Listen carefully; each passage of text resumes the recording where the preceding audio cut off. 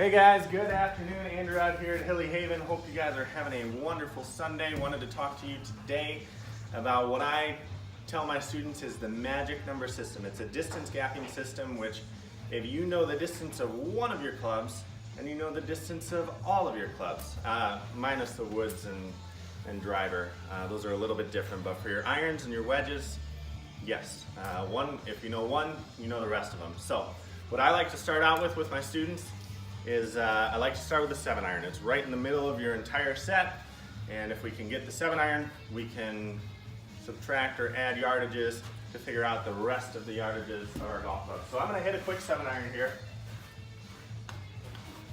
and we'll explain how this works.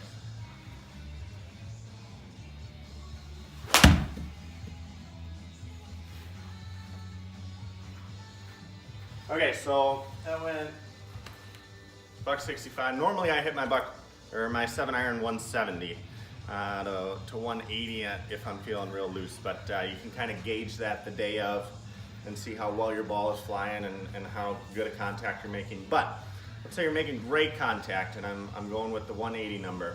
My magic number that I go with is 25. How did I get that 25? Well, you take that 180 distance, you chop off the last digit of it, add your 7-iron, 18 plus 7 gives us 25.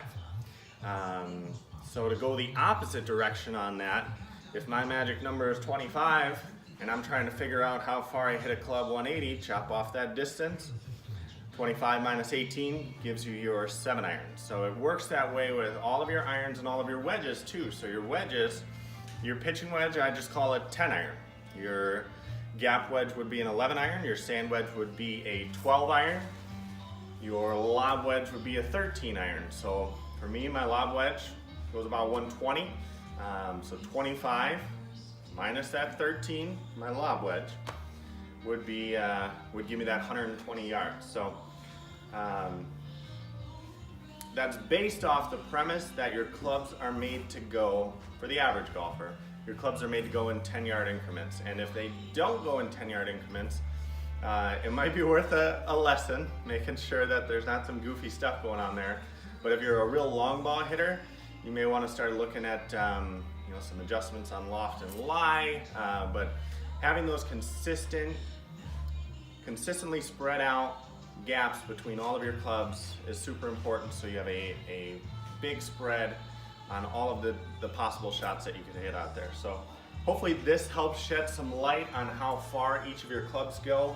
If you guys are looking at working on this, these simulators actually have a great club equipment comparison that you can do, and you can type in each of your golf clubs and hit like 10 shots or so, get average carry distance, average total distances, which is a great tool to be able to take out there on the golf course and shoot your best scores. So again, hope this helps shed some light on the subject, and if you have any further questions, feel free to give me a shout.